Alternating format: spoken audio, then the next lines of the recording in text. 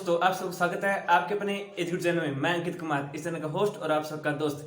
मैंने आप सबके लिए ऑल इंडिया के एग्रीकल्चर टॉपर्स के इंटरव्यू की सीरीज स्टार्ट की है, जिसमें मैं आपको लगातार आईसीएस, जेआरएफ, एसआरएफ, बीएचयू और एग्रीकल्चर जॉब सिलेक्टेड स्टूडेंट से मिलवाता जा रहा हूँ। तो इस सीरीज में आज हमारे साथ है मिस्टर मुकेश कुमार जी। ये वर्तमान में A4 2021-22 एग्जाम के अंदर सेलेक्ट हुए हैं और वर्तमान में एग्रीकल्चर फील्ड ऑफिसर के पद पर कार्यरत हैं। तो आज इनसे जानेंगे कि A4 कैसे बने, इसके लिए प्रिपरेशन कैसे करें, कौन सी बुक्स पढ़ें, क्या टाइम मैनेजमेंट होना चाहिए, क्या प्रिपरेशन स्ट्रेटेजी होनी चाहिए। पूरा A to Z complete information मिल जाएगी, इसलिए इस वीडियो को पूरा लास्ट तक जरूर देखिएगा। और आगे बढ़ने से पहले अगर आप हमारे चैनल पहली बार विजिट कर रहे हैं तो एजी गुरु यूट्यूब चैनल को अभी सब्सक्राइब कर लीजिए और बेल आइकन को ऑन कर लीजिए, ताकि आपको इस तरह के टॉपर्स के इंटरव्यू, फार्मिंग वीडियोस, ब्लॉग्स और एग्रीकल्चर लेटेस्ट जॉब अपडेट, सभी प्रकार के लेटेस्ट वीडियो मिलते रहें। चलिए स्टार्ट करते हैं। सबसे पहले आपको मेरी तरफ से बहुत बहुत बधाई और आप अपना इंट्रोडक्शन दे दीजिए। Thank you. मेरा नाम, जैसे आपने बताया, मेरा नाम मुकेश कुमार है और मैं राजस्थान के श्रीगंगानगर जिले में सूरतगढ़ तहसील का रहने वाला हूँ और मैं एक किसान परिवार से बिलोंग करता हूँ। ओके, मैं भी श्रीगंगानगर जिले से हूँ, मेरी डिस्ट्रिक्ट के हैं आप। आपको बहुत बहुत बधाई। तो थैंक यू। मेरा आपसे फर्स्ट क्वेश्चन है कि आपने इसका प्रिपरेशन कब से स्टार्ट करना शुरू किया था? सर, मैंने अपनी ग्रेजुएशन के जस्ट बाद ये डिसाइड किया था कि मुझे जॉब चाहिए, तो मैंने बैंकिंग सेक्टर को चुना, क्योंकि ग्रेजुएशन के बेस पे अपन यही ऑप्शन रहता है अपने एग्रीकल्चर के लिए। तो agriculture A4 agriculture field officer मैंने सेलेक्ट किया, चुना। ओके, तो आपने अपनी कॉलेज पढ़ाई के दौरान भी इसको स्टार्ट किया होगा? कब, किस ईयर में कर दिया था आपने? नहीं सर, मैंने कॉलेज टाइम में ये मैंने नहीं सोचा था कि मुझे बैंकर बनना है। तो कॉलेज टाइम में तो ये रहता है ना, ICR प्री पीजी की तैयारी में ही रहता है। फर्स्ट ईयर सेकंड ईयर तो कुछ नहीं होता, थर्ड ईयर में जाके फिर थोड़ा अवेयर होते हैं, फिर ICR की प्री पीजी की तैयारी में लगते हैं।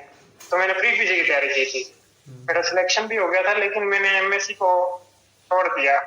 मैंने जॉब के लिए तैयारी की सबसे पहले। ओके, बहुत ही बढ़िया। तो आपने अपना ग्रेजुएशन किस यूनिवर्सिटी से किया?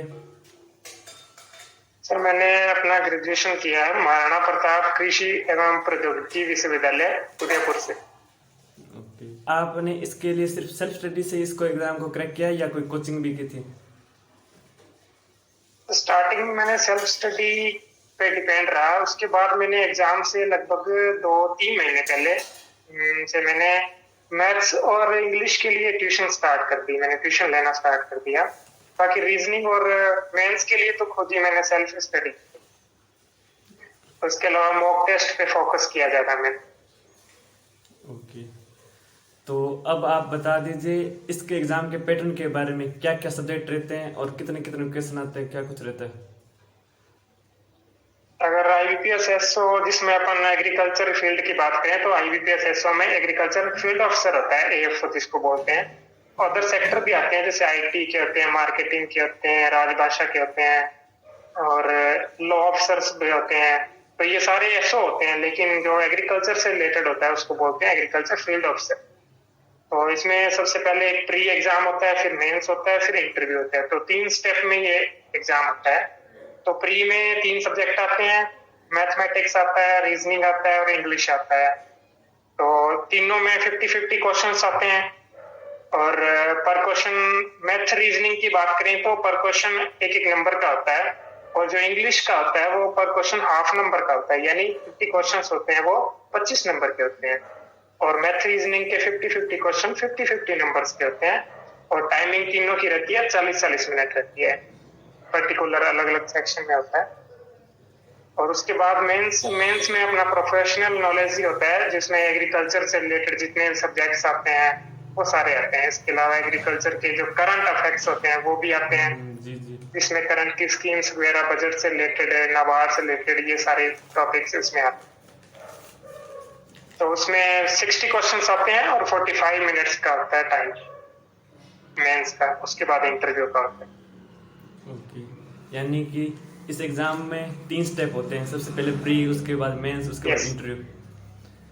यस, तो इसमें प्री के जो मार्क्स होते हैं वो ऐड नहीं होते, वो बस क्वालिफाई करना होता है। उसके बाद जो मेंस के एग्जाम्स, मेंस के मार्क्स और इंटरव्यू के मार्क्स दोनों को जुड़ के फिर फाइनल कट ऑफ डिसाइड होती है, उसके बेस पे आपका सिलेक्शन। ओके, तो एक बार फिर से बता सकते हैं प्री में क्या क्या क्वेश्चन होते हैं, मतलब कितने क्वेश्चन आते हैं? प्री में सर मैथमेटिक्स, रीजनिंग और इंग्लिश 3 सब्जेक्ट आते हैं और तीनों में 50-50 क्वेश्चंस आते हैं और टाइमिंग होता है, पर सेक्शन का टाइमिंग अलग अलग होता है। तो इंग्लिश का टाइमिंग 40 मिनट्स का होता है और मैथ रीजनिंग इनका भी 40-40 मिनट्स का होता है, यानी 40 मिनट में आपको 50 क्वेश्चन करने हैं। और उसके नंबर अगर इंग्लिश की बात करें तो एक क्वेश्चन आधे नंबर का होता है और मैथ रीजनिंग का पर क्वेश्चन एक एक नंबर का होता है। ओके, ये ऑनलाइन ही होता है? हाँ, ऑनलाइन ही होता है, आईबीपीएस के थ्रू होता है ये और एग्जाम। एमसीक्यू होते हैं सारे? एमसीक्यू होते हैं सारे, बाइलिंगुअल होता है, हिंदी इंग्लिश दोनों में होता है। ओके, ये क्वेश्चन मैं इसलिए पूछ रहा हूँ, आप जो भी इस वीडियो को देख रहे हो तो आपके सभी डाउट्स क्लियर हो जाएं। अगर आप कॉलेज स्टूडेंट है, यूजी के अंदर फर्स्ट ईयर सेकेंड ईयर पढ़ रहे हैं या 11th 12th के अंदर है, या आपने इस एग्जाम को एक बार क्लियर कर भी लिया है, तो आपसे वो क्वेश्चन अगर नहीं बने थे, आप इंटरव्यू में रह गए हो या आपको कोई मिस्टेक हुई, वो भी इनसे जानेंगे कि कौन सी मिस्टेक नहीं करनी चाहिए जिसके कारण एस्पेक्ट्स रह जाते हैं। पूरा कंप्लीट इन्फॉर्मेशन मिल जाएगा, इसलिए इस वीडियो को पूरा लास्ट तक जरूर जरूर देखिएगा। तो मेरा आपसे नेक्स्ट क्वेश्चन है, इसके लिए एलिजिबिलिटी क्राइटेरिया क्या होता है? एलिजिबिलिटी क्राइटेरिया सर, इसमें आपके पास 4 साल की बीएससी की डिग्री होनी चाहिए सबसे पहले, और वो भी फाइनल उसका जो पीडीसी होता है ना, वो आपके पास होना चाहिए, पर स्विंग में नहीं होना चाहिए आपको, मतलब बीएससी कंप्लीट होना चाहिए आपका एग्जाम से पहले पहले। तो इसमें आप एग्रीकल्चर से जो आते हैं वो एग्रीकल्चर बीएससी ऑनर्स जिसकी डिग्री होती है 4 साल की, उसमें जो डेयरी साइंस के वो भी आ सकते हैं, और फिशरीज वाले होते हैं वो भी आ सकते हैं, और एग्रीकल्चर इंजीनियरिंग वाले होते हैं वो भी आते हैं इसमें। तो जिसके पास ये एग्रीकल्चर से रिलेटेड डिग्री होती है 4 साल की, वो उसमें एलिजिबल होते हैं। ओके, तो अगर कोई स्टूडेंट फोर्थ ईयर में और उसने ये फॉर्म भर दिया और उसका एग्जाम में सिलेक्शन भी हो गया, लेकिन उसकी डिग्री नहीं आई, तो उसका कोई चांस नहीं है क्या उसको, मतलब जॉब मिल जाएगी या नहीं मिलेगी? नहीं सर, उसका कोई चांस नहीं है, मतलब एग्जाम से पहले पहले उन्होंने डेट डिसाइड की होती है, उस डेट से ये नोटिफिकेशन में आता है एग्जाम से पहले, इस डेट से पहले पहले आपके पास है अपनी पीडीसी या डिग्री होनी चाहिए। ओके, तो अब आप बता दीजिए इसके लिए age limit. Age limit sir, इसमें मिनिमम 20 इयर्स और मैक्सिमम 30 इयर्स का स्केल होता है एज का। तो आप इसमें भी डेट फिक्स होती है, मिनिमम डेट भी फिक्स होती है, उस डेट से एक डेट भी कम नहीं होनी चाहिए, मतलब एक डे भी कम नहीं होना चाहिए, और मैक्सिमम डेट है वो भी फिक्स होती है। बाकी कास्ट के बेसिस पे जो रिलैक्सेशन होता है वो तो होता ही है। ओके, बहुत ही अच्छा, वेरी नाइस एक्सप्रेशन। और अब आप मेन इम्पोर्टेंट जो कन्फ्यूज रहता है स्टूडेंट्स के बीच में कि बुक्स कौन सी पढ़े, कौन सी बेस्ट बुक्स होती है जिसको पढ़कर एक बार में इसको अटेम्प्ट कर लें, क्लियर कर लें, तो अब आप बुक्स के बारे में बता दीजिए। तो सर प्री के लिए वैसे देखें तो कोई बुक्स वगैरह नहीं होती है, अगर प्री मैथ रीजनिंग इंग्लिश की बात करें तो कोई बुक्स नहीं होती। इसके लिए आपको जितनी आप प्रैक्टिस कर सकते हो उतनी करो, जब ऑनलाइन कोर्सेज ले लो या ऑफलाइन ले लो, ज्यादा बेटर रहेगा। ऑनलाइन कोर्स ले, और साथ में ज्यादा सबसे ज्यादा इंपॉर्टेंट होता है इसमें जो मॉक टेस्ट होते हैं ना, जो वो आप अटेम्प्ट करो, ज्यादा से ज्यादा, जितने ज्यादा मॉक टेस्ट लगाओगे ना उतना ज्यादा आपके लिए फायदे रहेगा, मतलब प्री की बात करें तो। और इसके साथ एक मैं सजेशन ये भी देना चाहूंगा कि आप बैंकिंग की तैयारी कर रहे हो तो बैंकिंग से रिलेटेड जितने भी एग्जाम्स होते हैं ना वो सारे अप्लाई करो आप, और उनके एग्जाम दे के देखो, ताकि आपको एक एग्जाम से, मतलब ये एसओ का एग्जाम होता है सबसे लास्ट में साल के, उससे पहले बाकी एग्जाम्स हो जाते हैं, तो अगर वो एग्जाम अटेम्प्ट करोगे ना तो उससे इसमें आपको बेनिफिट रहेगा उसमें। उसके बाद अगर मेंस की बात करें तो मेंस में आप जो सबसे इम्पोर्टेंट बुक होती है एग्रीकल्चर की, जो कॉम्पिटिटिव बुक ऑफ एग्रीकल्चर नेमराज सुंडा की है, वो है, और उसको पढ़ो अच्छे से। उसके साथ जो अदर इम्पोर्टेंट बुक्स होती है, जो फंडामेंटल बुक्स होती है अरुण कातियान की, वॉल्यूम 1 और वॉल्यूम 2, उसको भी, उन दोनों को अच्छे से पढ़ो। इसके साथ एक तीसरी बुक है, जो चौथी बुक है, जो अदर वो मैंने पढ़ी है, वो बता देता हूँ आपको। वो है एसेंशियल्स ऑफ एग्रीकल्चर, नारायण नागरेन के जो राइटर है उसका नाम है। तो वो अच्छी बुक है, उसमें नेमराज सुंडा कवर हो जाती है। अगर नेमराज सुंडा नहीं पढ़ो और वो पढ़ लो तो वो ज्यादा बेटर है, क्योंकि एक्स्ट्रा सब्जेक्ट भी आते हैं उसमें। उसके अलावा जो इम्पोर्टेंट रहता है मेंस के लिए वो है जो करंट एग्रीकल्चर से रिलेटेड क्वेश्चन होते हैं। उसके बाद सबसे इम्पोर्टेंट है आप मॉक टेस्ट। मैं सभी को बोलूंगा कि आप मॉक टेस्ट पे ज्यादा फोकस करो। मॉक टेस्ट में जो लास्ट ईयर जो रिपीट क्वेश्चन, कुछ क्वेश्चन रिपीट होते हैं डेफिनेटली, तो वो लास्ट ईयर जो भी एग्जाम में आए हुए रहते हैं वो मॉक टेस्ट में आपके कवर हो जाते हैं। आपको पुराने एग्जाम वगैरह वो भी देखने की जरूरत नहीं होती। मॉक टेस्ट आप लास्ट के टाइम या स्टार्टिंग से ही कर लो तो ज्यादा बेटर है। बस यही सजेशन देना चाहता हूँ। ओके, तो मेंस के बारे में बता दीजिए, कितने टाइम मिलता है आपको और कितने मिनट का पेपर होता है, कितने कौन कौन से कितने कितने क्वेश्चन आते हैं? ये क्वेश्चन तो फिक्स नहीं होता, लेकिन एग्रीकल्चर में जो भी जनरल एग्रीकल्चर के जो भी सब्जेक्ट्स आते हैं सारे सब्जेक्ट्स में से क्वेश्चन आते हैं। ज्यादातर मेजर सब्जेक्ट एग्रोनॉमी होता है, सॉइल साइंस होता है, ये मेजर है, ये आपको पता ही है। इसके अलावा एनिमल साइंस के क्वेश्चन आते हैं, इकोनॉमिक्स के क्वेश्चन आते हैं, एग्रीकल्चर इंजीनियरिंग और करंट के क्वेश्चंस आते हैं, जैसे एमएसपी पे होता है, बजट बाढ़ से रिलेटेड, और जो भी एग्रीकल्चर से रिलेटेड स्कीम्स होती है ना, उन पे क्वेश्चन आने के चांसेस ज्यादा रहते हैं। और बाकी जो माइनर सब्जेक्ट्स हैं उनमें ज्यादा इतना नहीं रहता क्वेश्चन। ये मेजर सब्जेक्ट ही है, ठीक है। उसके अलावा आप हाँ मैं बता देता हूँ क्वेश्चंस के, मतलब मेंस में 60 क्वेश्चंस आते हैं एग्रीकल्चर के और 45 मिनट्स आपको टाइम मिलता है। तो वो तो सफी टाइम ठीक है, बढ़िया है, आराम से आपका 2 राउंड में या 3 राउंड में आराम से कर सकते हो आप। दिक्कत थोड़ा मेन प्री में रहता है, क्योंकि प्री में 50 क्वेश्चंस आते हैं और 40 मिनट का टाइम मिलता है। तो वहाँ पे थोड़ा टाइम का ध्यान रखना ज्यादा इम्पोर्टेंट रहता है। ओके तो बस यही है मेंस की। ओके, तो आपने प्री के बारे में बहुत अच्छी तरह से बता दिया, मेंस के बारे में बता दिया। तो अब मेन बात आता है इंटरव्यू।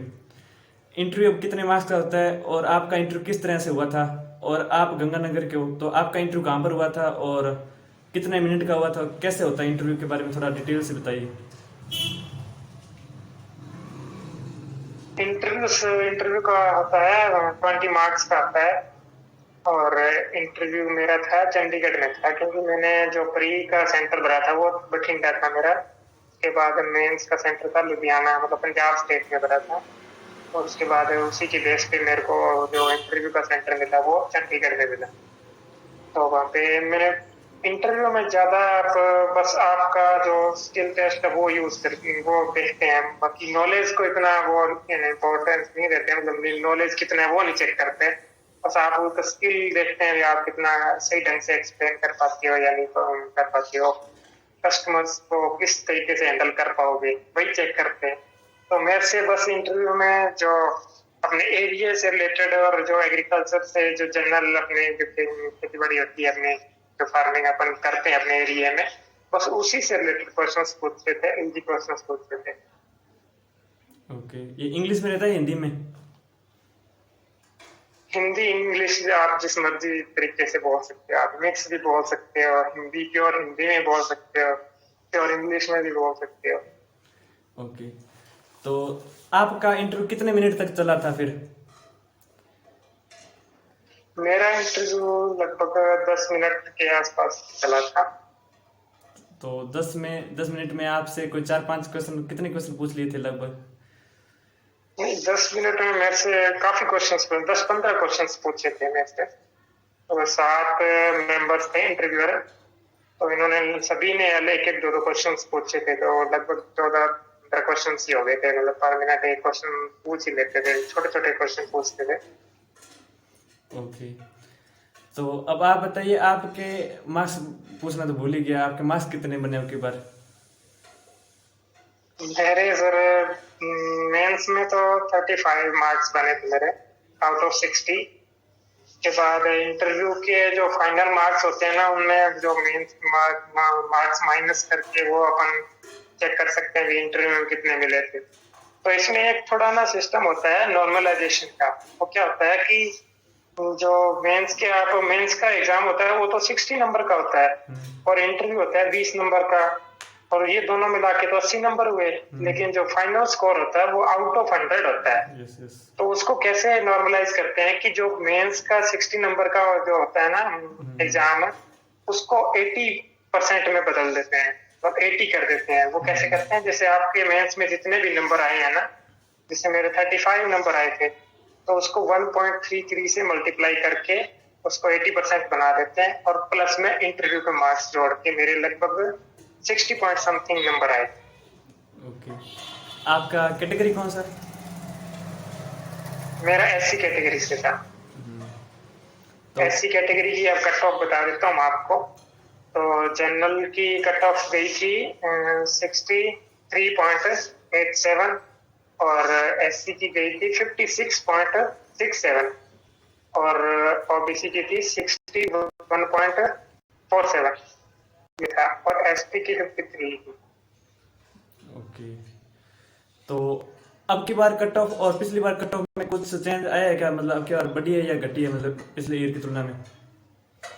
मेंस का तो ज्यादा डिफरेंस पिछली बार के कंपैरिजन में इस बार कट ऑफ बहुत कम गया था। प्री का तो हाफ कट ऑफ रहा था पिछली बार की कंपैरिजन। पिछली बार जो कट ऑफ था प्री का था वो 39.88, या साथ में जनरल का था 40.88, तो उससे तो इस बार गया था 21.25, बहुत कम था, उसका हाफ था लगभग। और मेंस की बात करें तो मेंस का गया था 27.75, ये भी पिछली बार की कंपेयर में बहुत कम था। इस बार सीट्स या वैकेंसी भी ज्यादा थी, सीट्स ज्यादा थी, और पेपर भी टफ था, तो ये दोनों रीजन थे कि कट ऑफ कम गया, तो इसलिए हमें फायदा हुआ उसका। सही है, अब की बार फायदा बहुत स्टूडेंट्स को है, इंटरव्यू में अच्छे मार्क्स मिले अब की बार। और हर साल इसकी वैकेंसी आती है, तो हर साल कितने पद रहते हैं? पिछली बार इसके टोटल कितने पद थे और अब की बार इसके कितने पद हैं? पिछली बार तो सर इसके थे 885, मतलब 885 थे टोटल, और इस बार इसके हैं 1287 लगभग, एग्जैक्ट मुझे याद नहीं है, 1287 के आसपास है। तो पिछली बार की कंपेयर में इस बार काफी ज्यादा थे। ओके, तो अब आपको ज्वाइनिंग किस बैंक में मिल रही है? आप उस बैंक के बारे में बताइए। सर मुझे सेंट्रल बैंक ऑफ इंडिया में मिला है, मतलब मेरा सिलेक्शन उसी में हुआ है, सेंट्रल बैंक ऑफ इंडिया में। मेरी प्रेफरेंस सेकंड नंबर पे थी, फर्स्ट कैनरा बैंक थी, क्योंकि इस बार ना कैनरा बैंक और सेंट्रल बैंक ऑफ इंडिया में जो वैकेंसीज थी ज्यादा थी, तो मैंने इनको प्रेफर किया जाता। बाकी अदर बैंक्स में, सभी बैंक्स की नहीं थी, क्योंकि आईबीपीएस में लगभग 11 बैंक आते हैं, तो एसबीआई अदर बैंक आता है, एसबीआई उसका अलग से एग्जाम होता है। तो 11 बैंक्स में मेरी प्रेफरेंस ये सेकंड नंबर पे थी, और वो मुझे मिला सेंट्रल बैंक ऑफ इंडिया। तो ये कहाँ पर आप जॉब करोगे? किस, राजस्थान में करोगे या पंजाब में? अभी सर इसका कोई फाइनल डिसीजन नहीं हुआ है, क्योंकि अभी डॉक्यूमेंट वेरिफिकेशन वगैरह अभी कोई मेल नहीं आया मेरे पास। ओके, बस एक बार सिलेक्शन हुआ है। तो ये बैंक का प्रेफरेंस भरने का टाइम तो आपके पास इंटरव्यू क्लियर होने के बाद मिलता है क्या, या कब होता है ऑप्शन? मतलब कौन कौन से नहीं बैंक? सर, जो ऑप्शन या एप्लीकेशन फॉर्म भरते हैं उसी में होता है। उसी में होता है, स्टार्टिंग में? हाँ, स्टार्टिंग में। ओके, तो अब आप बता दीजिए, एग्जाम के लास्ट 10 डेज में आवेदन कैसे किया था आपने? मैंने जो जनरल बुक्स थी वो तो मैंने प्री पीजी के टाइम पढ़ी हुई थी, तो मेरे लिए कुछ नया नहीं था, बस वही बुक्स थी। नया तो बस वो जनरल जो करंट अफेयर्स थे ना एग्रीकल्चर से रिलेटेड, वो अलग नए थे, मैंने उन पे ज्यादा फोकस किया, उनसे काफी क्वेश्चन आते हैं, तो उनको ज्यादा रिवीजन उनका ज्यादा किया था। बाकी जो जनरल एग्रीकल्चर जो मैंने पढ़ रखी थी उनका तो थ्योरी कम पढ़ी, ऑब्जेक्टिव पे ज्यादा फोकस किया था। बस वही ऑब्जेक्टिव्स, लास्ट के टाइम में ऑब्जेक्टिव्स पे ज्यादा फोकस किया मैंने। मॉक टेस्ट सब ज्यादा से ज्यादा जितने मॉक टेस्ट मेरे से हुए थे ना वो सारे में। अपने एग्रीकल्चर स्टूडेंट्स होते हैं, तो एग्रीकल्चर स्टूडेंट्स का एग्रीकल्चर सब्जेक्ट तो स्ट्रॉन्ग रहता है, लेकिन उनका अंग्रेजी और ये रीजनिंग कमज़ोर रहता है। तो इसको आपने कैसे स्ट्रॉन्ग किया और स्टूडेंट्स कैसे स्ट्रॉन्ग कर सकते हैं इन दो सब्जेक्ट्स को?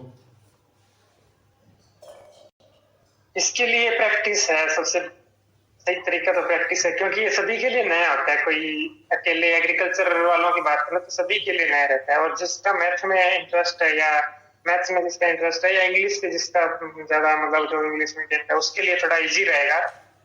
बाकी जिसका इंटरेस्ट होगा तो वो तो कवर कर लेगा। तो प्रैक्टिस ही है सबसे ज्यादा, मतलब सबसे बेस्ट ऑप्शन, ये तरीका इसका बोलने को। तो प्रैक्टिस करो ज्यादा से ज्यादा। सही है। तो आपके अनुसार जो कोई स्टूडेंट बीएससी के बाद एफ बनना चाहते हैं तो उसको किस ईयर में स्टार्ट कर देना चाहिए प्रिपरेशन, यानी कि पूरा उसका फर्स्ट अटेम्प्ट सिलेक्शन हो जाए? उसको मैं बोलूंगा कि वो एग्रीकल्चर को पूरा स्ट्रॉन्ग रखे।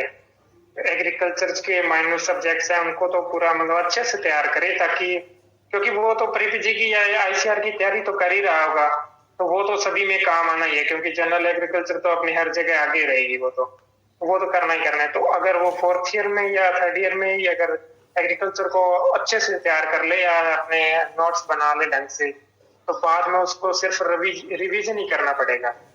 तो वो उसको फायदा बाद में मिलेगा। और जो अगर बात करें मैथ, रीजनिंग, इंग्लिश की, तो इनका सिलेबस बहुत कम होता है, मतलब 10-11 टॉपिक्स होते हैं। तो बस इनमें टॉपिक्स कवर हो जाते हैं लगभग 1-2 महीने में। उसके बाद इनका तो बस रिवीजन ही करना होता है। रिवीजन कैसे होता है? मॉक टेस्ट लगाओ। ओके।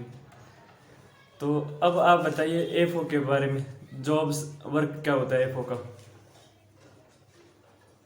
एएफओ का होता है, ये स्पेशलिस्ट ऑफिसर है। तो इसका स्पेशल एग्रीकल्चर से रिलेटेड जितने भी लोन्स होते हैं, क्रॉप लोन्स होते हैं, ट्रैक्टर लोन्स होते हैं, सेल्फ हेल्प ग्रुप लोन्स होते हैं, तो ये एग्रीकल्चर से रिलेटेड जितने भी लोन्स होते हैं उनको ये प्रोवाइड करवाता है। जो भी कस्टमर्स होते हैं, फार्मर्स होते हैं, फार्मर्स बोलेंगे। ओके। तो इसमें सैलरी क्या होता है, सैलरी कितना मिलता है स्टार्टिंग में और प्रमोशन के बाद कितना मिलता है? प्रमोशन का ये थोड़ा बैंक टू बैंक वेरी करता है, लेकिन स्टार्टिंग में अगर बात करें तो नेट सैलरी लगभग 50 प्लस ही रहती है। 36,000 इसका बेस पे है।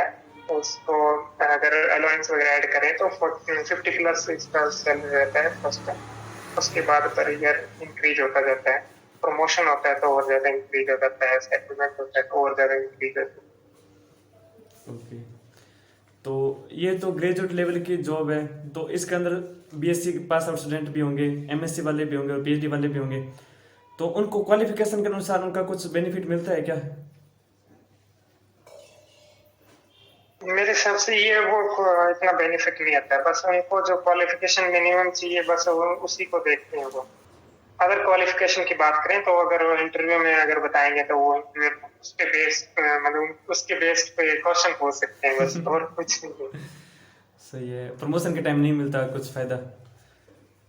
प्रमोशन का इसमें कोई फायदा नहीं। प्रमोशन तो बैंकिंग नेटवर्क पे डिपेंड करता है, एक्सपीरियंस टाइम। ओके। अब आप बताइए, इसके अलावा और कोई एग्जाम का प्रिपरेशन किया था या कोई और एग्जाम दिया कि कंपटीशन एग्जाम?